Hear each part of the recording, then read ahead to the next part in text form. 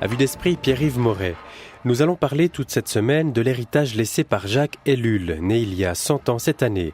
Intellectuel atypique, anarchiste chrétien, militant altermondialiste avant l'heure, l'écrivain et universitaire français additionne les qualificatifs et fait des émules.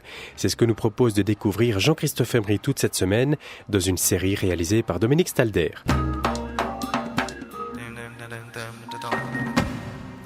Mesdames et messieurs, bonjour, ravi de vous retrouver pour cette nouvelle série d'émissions que vous nous proposez. Jean-Christophe Emery, bonjour. Bonjour Pierre-Yves. Alors, nous l'avons suggéré, nous allons parler de Jacques Ellul, de sa pensée et son héritage toute cette semaine.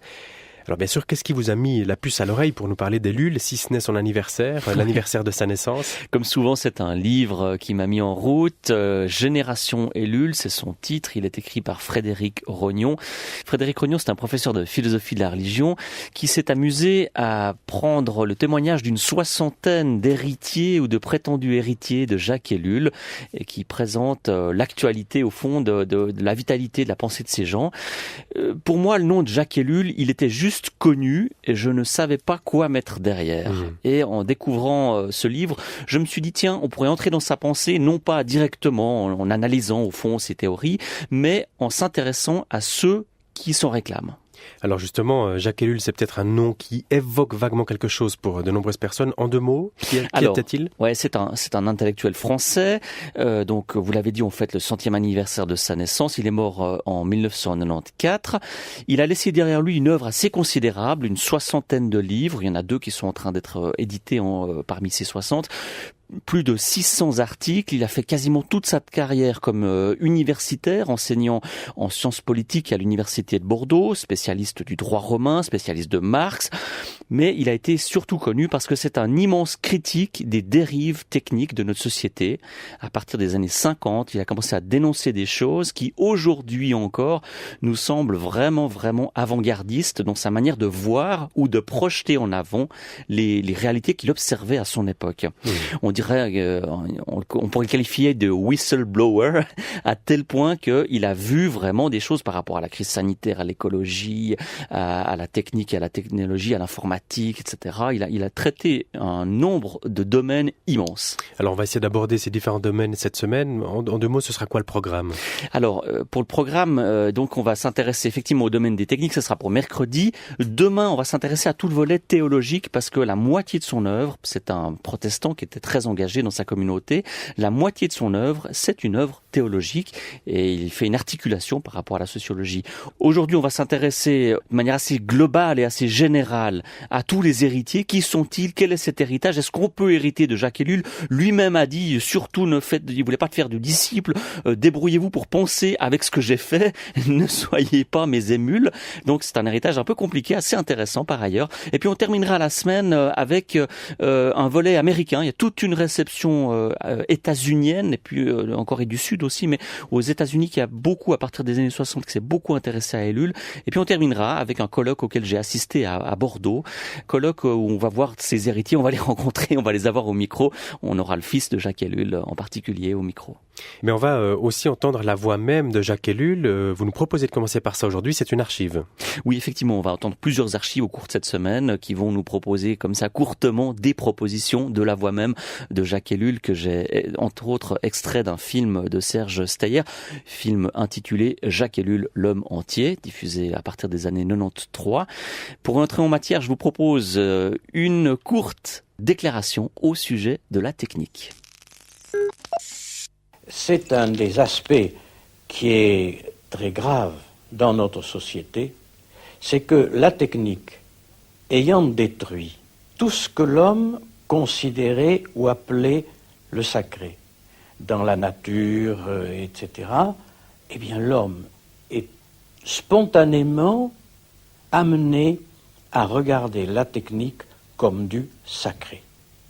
C'est ça qui est l'élément extrêmement grave. Alors, le sacré, autrefois, était toujours dans la nature, et maintenant la nature, elle est tout à fait désacralisée, et c'est la technique qui apparaît à l'homme moderne comme du sacré. La voix de Jacques Ellul en exergue de cette série d'émissions. Jean-Christophe Emery, nous allons accueillir à présent votre invité qui va lui nous parler des héritiers de cette pensée. Votre invité s'appelle donc Frédéric Rognon. Oui, il est professeur en philosophie de la religion à l'université de Strasbourg. Lui-même, il se dit débitaire des Lull sans se qualifier des Lulliens comme ça. C'est un terme assez complexe. Dans ce livre Génération Ellul, il fait le portrait d'une soixantaine de gens qui, eux aussi, ont été inspirés, sont plus ou moins connus, sont plus ou moins inconnus, mais c'est tous des penseurs qui se sont fortement inspirés de cette pensée. Alors, Frédéric Rognon lui-même, il s'ignore dans son propre livre, raison pour laquelle je lui ai d'abord posé la question, comment il se situait, lui, dans cet héritage.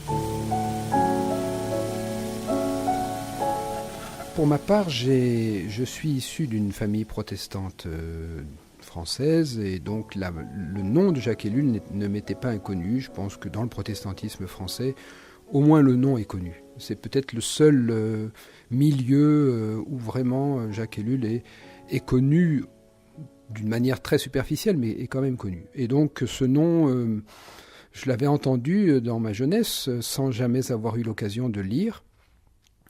Et c'est en fait assez tardivement, c'est au cours de mes études de théologie que j'ai entrepris sur le tard, que j'ai eu l'occasion de lire Jacques Ellul à travers un pasteur, lorsque j'étais stagiaire dans une paroisse, donc ma dernière année d'études, année de stage, un pasteur qui s'appelle Pierre Coste, regretté puisqu'il est décédé depuis, m'a dit, voilà, j'ai rencontré un prophète. Donc il m'a donné un premier livre. J'ai senti ça un peu comme un passage de relais, et d'ailleurs c'est assez étonnant de voir qu'il est décédé peu de temps après, Pierre Coste.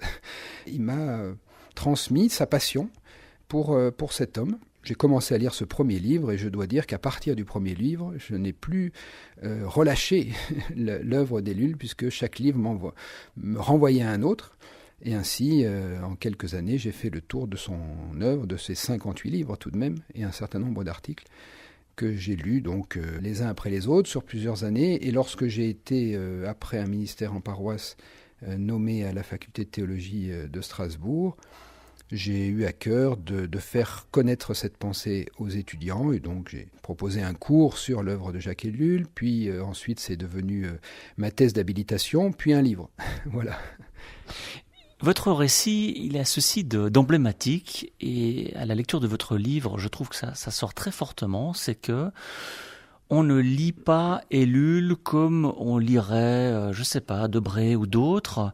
On plonge dans Ellul, où on est happé par cette pensée.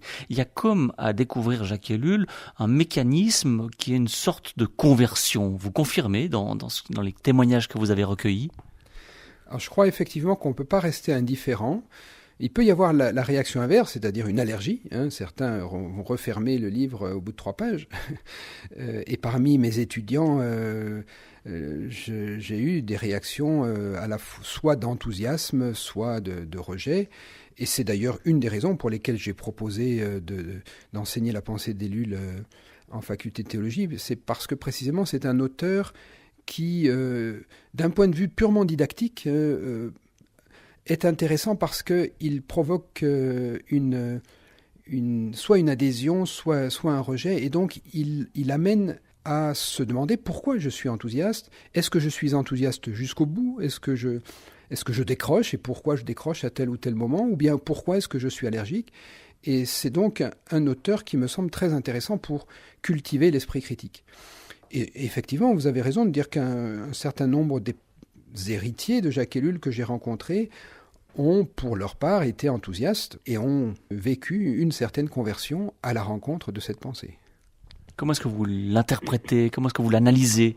Alors, c'est une pensée qui est très spécifique, qui est très originale, qui est à contre-courant de beaucoup de mouvements, surtout à son époque, mais encore aujourd'hui, de mode culturel ou intellectuel. Il prend le contre-pied, il nous prend à rebrousse-poil. Et si on se laisse interpeller, alors on est forcément remis en question dans un certain nombre d'habitudes de pensée ou même d'habitudes de vie. Et puis on se rend compte petit à petit que la pensée d'Ellul est très radicale, et je dirais de plus en plus radicale. Lorsqu'on poursuit la lecture d'un livre, on part d'une certaine provocation, et si on poursuit la lecture, on franchit un certain nombre de seuils de radicalité, au point que à la fin du livre, eh bien, il est probable qu'on a eu du mal à suivre l'auteur jusqu'au bout. Et pourtant, il y a une cohérence, il y a une logique dans cette radicalisation progressive, mais qui va assez souvent jusqu'à l'outrance. Et donc, commencer à le suivre, c'est s'exposer à franchir un certain nombre de seuils de radicalité jusqu'à ce que, finalement, il y ait un seuil qu'on ne peut plus franchir. Là, on se pose la question, pourquoi est-ce que j'ai été enthousiaste au début? Pourquoi j'ai continué à être enthousiaste? Et pourquoi là, je ne peux plus le franchir? Pourquoi je ne peux pas le suivre jusqu'au bout? Et c'est là, et c'était ce que disait explicitement Jacques Ellul, c'est là que le lecteur est renvoyé à lui-même. Et Jacques Ellul l'exposait très, très nettement. Je vise à une pensée autonome de la part de mon lecteur. Donc je ne lui demande pas de me suivre jusqu'au bout, je ne lui demande pas d'être d'accord avec moi totalement, mais je lui propose un certain nombre de remises en question, et puis finalement une façon de renvoyer le lecteur à lui-même pour que le lecteur puisse ensuite être libre dans sa pensée, avoir une pensée qui lui soit propre. Je sais très bien que beaucoup de lecteurs considèrent que je les laisse un peu sur leur faim parce que je ne leur dis pas ce qu'il faut faire. Mais je ne veux pas dire ce qu'il faut faire. Mais ce que je leur demande, c'est précisément de prendre leurs décisions. C'est précisément que leur vie soit autre chose qu'un simple déroulement des jours, une pratique quotidienne du métier, mais qu'ils soient capables de porter un jugement sur leur métier, qu'ils soient capables de le pratiquer peut-être différemment des autres. C'est ce que j'ai toujours tendu à faire. Alors précisément, Frédéric Rognon, est-ce que ça fait pas des lecteurs d'Ellul, au fond, des anticonformistes, des gens qui cherchent à cristalliser une contestation sociale? Alors il est clair que la pensée d'Ellul n'est pas conformiste. Est-ce qu'elle est anticonformiste ?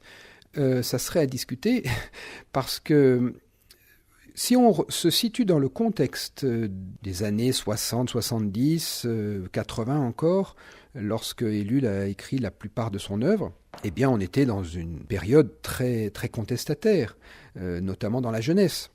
Et Jacques Ellul était au contact avec les jeunes, puisqu'il était universitaire, il était professeur d'université. Mais il se méfiait de la contestation pour la contestation. Il se méfiait de ce qu'il appelait le conformisme de l'anticonformisme.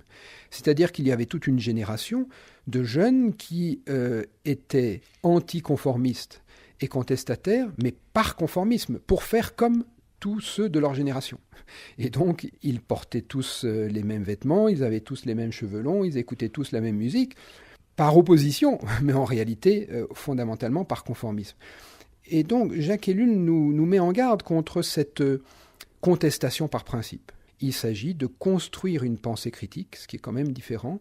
Il s'agit de chercher à déconstruire ce qui nous est donné, tout ce qui nous est proposé, tout le prêt-à-penser que les médias nous donnent finalement à consommer. Il s'agit évidemment de soumettre à la critique tous ces objets de consommation qui nous sont proposés, mais avec une rigueur, avec une discipline intellectuelle que Jacques Ellul nous propose.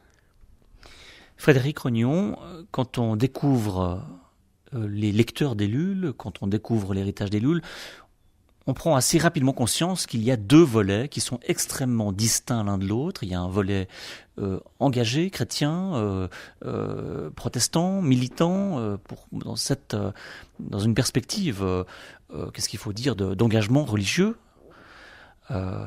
Et puis il y a évidemment tout le côté du sociologue, de l'homme qui analyse les institutions, qui analyse le monde moderne, qui est très critique par rapport à la technique, par rapport à l'économie, par rapport à la politique, par rapport à toutes ces réalités. Et puis il y a cette difficulté d'articuler ces deux réalités. Et les héritiers, ils se classent, j'ai presque envie de dire, inévitablement dans une catégorie ou dans l'autre. Alors ça, c'est un point fondamental de la pensée d'Ellul, c'est que c'est une pensée interdisciplinaire. La moitié de son œuvre, sur les 58 livres, à peu près la moitié, sont consacrés à la critique de la société technicienne, d'un point de vue sociologique, Et les questions religieuses ne sont pratiquement pas abordées. Il s'agit d'une analyse des comportements, des mécanismes sociaux dans lesquels nous sommes plongés dans la société moderne. Le deuxième volet est un volet confessant, où Jacques Ellul ne cache pas sa foi chrétienne et son espérance.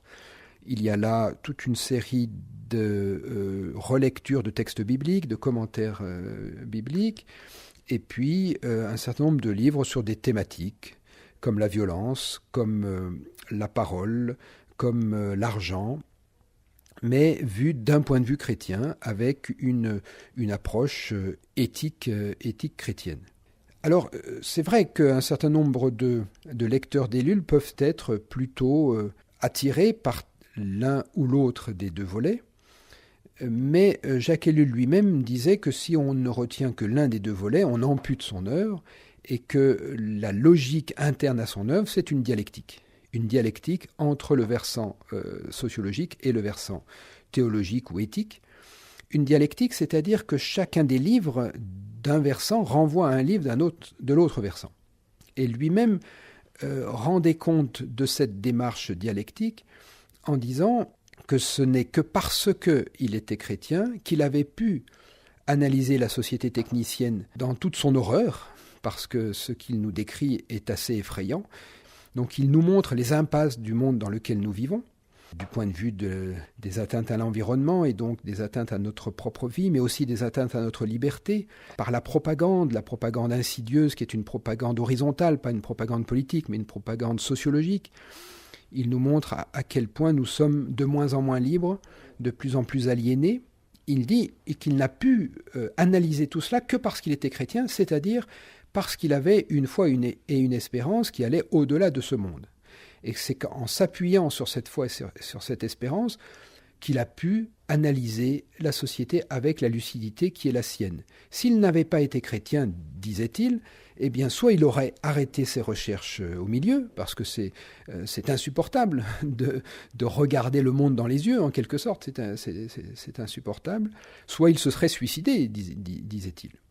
Mais inversement, c'est parce qu'il était sociologue, parce qu'il avait cette rigueur intellectuelle, cette méthodologie universitaire extrêmement rigoureuse, que sa théologie est tout sauf désincarnée, que sa théologie est soucieuse du fait, est soucieuse des réalités de nos contemporains, des réalités quotidiennes, du travail, des loisirs, de la sexualité, de l'argent, de toute une série de questions que les théologiens n'abordent que de loin, bien souvent.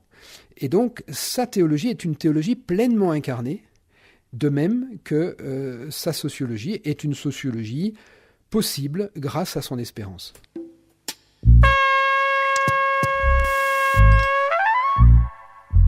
Frédéric Regnon, il y a une chose qui étonne, c'est il y a à l'origine une pensée extrêmement prolixe, il y a une pensée très incisive, et pourtant il y a cette espèce de paradoxe de la réception où on a l'impression que éternellement c'est le penseur maudit, c'est celui qu'on veut pas tellement exhiber, c'est celui qui n'a pas voulu monter à Paris, etc. Il y a un côté d'éternel rejeté.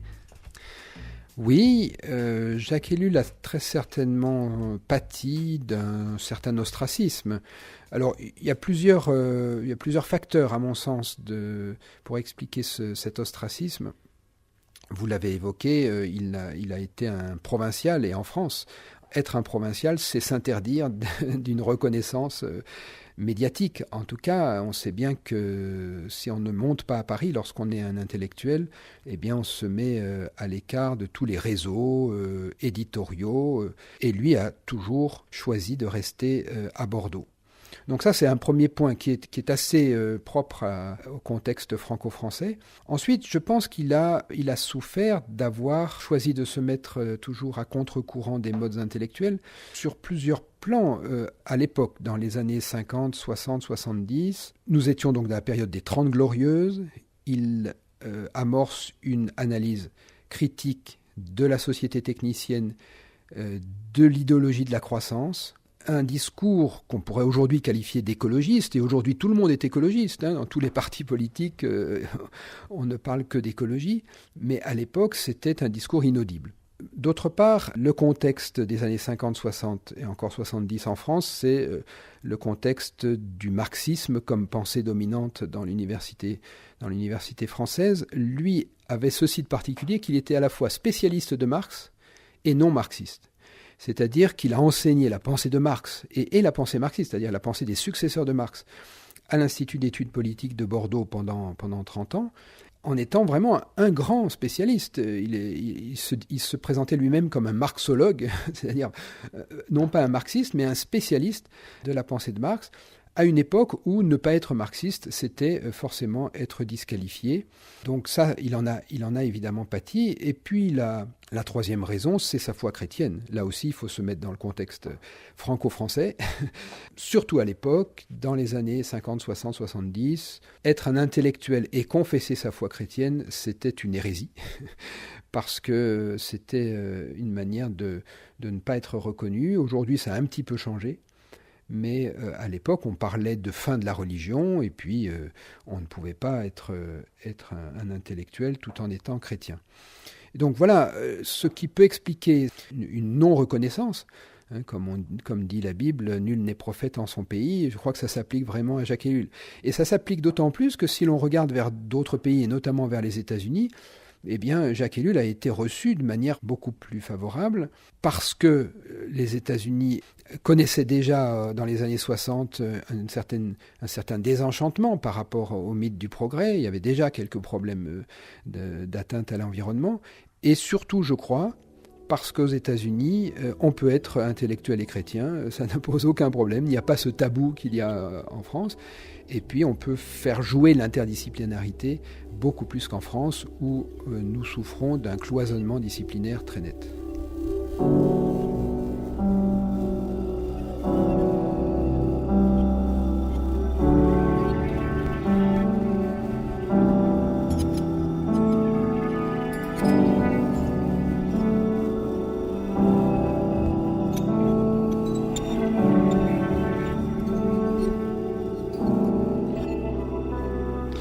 Frédéric Rugnon, vous avez fait cette vaste enquête avec des gens qui lisent, qui se disent héritiers d'Ellul. Quelle est la vitalité, quel est l'impact de cette pensée aujourd'hui ? Je dirais qu'au bout de l'enquête, il n'y a pas, en France en tout cas, un impact sur la société française. Jacques Ellul reste encore très méconnu. Il l'est moins que de son vivant, puisqu'il commence à être reconnu dans certains milieux, mais il reste quand même fondamentalement méconnu. Il n'est même pas entré encore dans le Petit Robert, dans le dictionnaire 2012.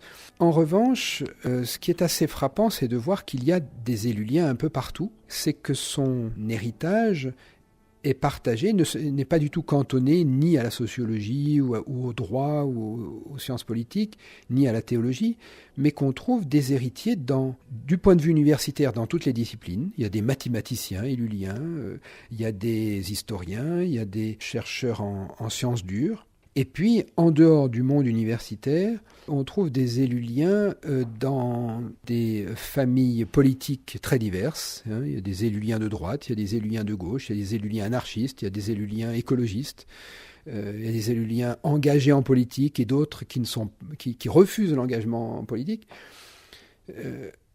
Et d'un point de vue spirituel, on trouve des Elluliens athées, agnostiques, catholiques, protestants, et au sein du protestantisme, on en trouve des barthiens, des chrétiens sociaux, des libéraux, et des évangéliques, toutes les tendances théologiques, on trouve au moins un ou deux Elluliens. Donc il a essaimé dans des milieux extrêmement divers. Voilà ma conclusion. Je ne sais pas si elle vous convaincra, mais il me semble quand même qu'elle est pertinente. C'est que Jacques Ellul n'a jamais cherché à avoir un impact social. C'est peut-être dans son caractère, il était provincial, mais aussi il avait un caractère qui faisait qu'il n'était pas fasciné par la reconnaissance ou par la célébrité, la notoriété. En revanche, il a touché de manière très profonde un certain nombre de personnes.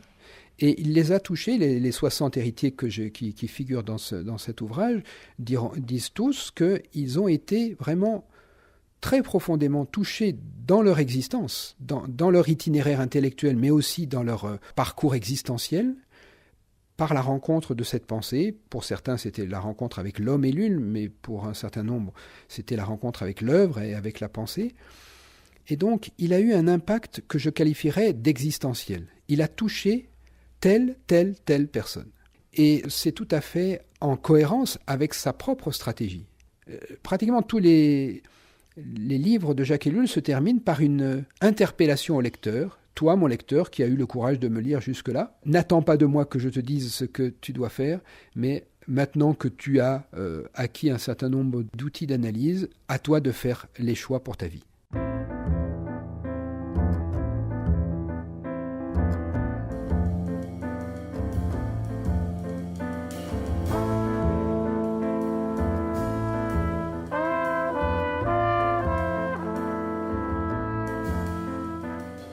Frédéric Rognon, professeur en philosophie de la religion à l'université de Strasbourg, à votre micro Jean-Christophe Emery. On le rappelle, il a écrit un livre qui s'intitule Génération Ellul, génération au pluriel. Alors voilà pour cette première émission sur l'héritage de Jacques Ellul, dont nous fêtons cette année le 100e anniversaire de la naissance. Rappelons-le, il est décédé en 1994. Demain, Jean-Christophe, nous allons poursuivre plus spécifiquement sur l'aspect théologique de la pensée de Jacques Ellul. Alors, Jacques Ellul était un penseur très, qu'est-ce qu'il faut dire, un outsider, comme ça. Il n'est pas dans un schéma théologique marqué par une école. C'est une sorte de libre penseur. D'ailleurs, la liberté est un concept extrêmement important pour lui. Il met l'accent sur l'anarchie chrétienne. Alors, on va découvrir par le biais de ceux qui l'ont lu ce que c'est que l'anarchie chrétienne et comment les différents croyants ont pu intégrer cette notion ou tenter d'intégrer cette notion dans leur propre compréhension. Et on sera toujours en compagnie de Frédéric Rognon. Merci beaucoup Jean-Christophe. On vous retrouve donc demain à 10h30 pour un deuxième volet de cette série d'émissions. Merci également à Dominique Stalder pour la réalisation de ces émissions. Et si vous souhaitez la réécouter ou en savoir plus, consultez notre page internet rts.ch/esprit, page sur laquelle vous retrouverez notamment les références bibliographiques que Jean-Christophe Emery a utilisées pour préparer cette série d'émissions. rts.ch/esprit.